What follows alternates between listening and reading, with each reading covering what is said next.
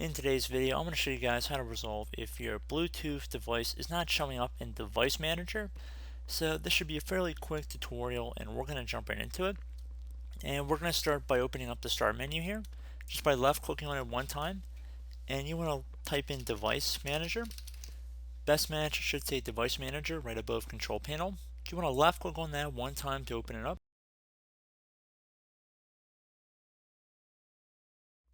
You want to go up to the View tab at the top, and then left click on Show Hidden Devices. Also, if you have this action button, there might be an option also to add legacy hardware. You want to left click on that. However, you can see I do not have one here for that. So instead, we're going to open up the Start menu, type in Device. Underneath Settings, you want to left click on Find My Device.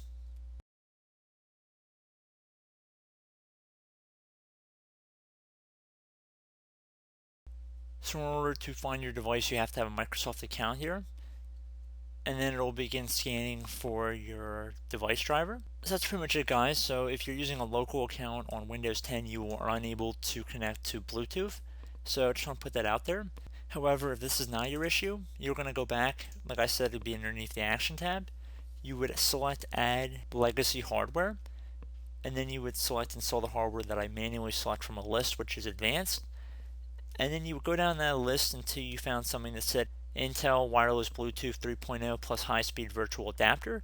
Then you would select Next, and then see the wizard is ready to install your hardware. Select Next again, and then that should pretty much be it, guys. So try both of these methods. I know I kind of jumped around between the two, but I would definitely recommend exploring both of those for this tutorial. And I do hope I was able to help you out. And as always, thank you for watching, and I will catch you all in the next tutorial. Goodbye.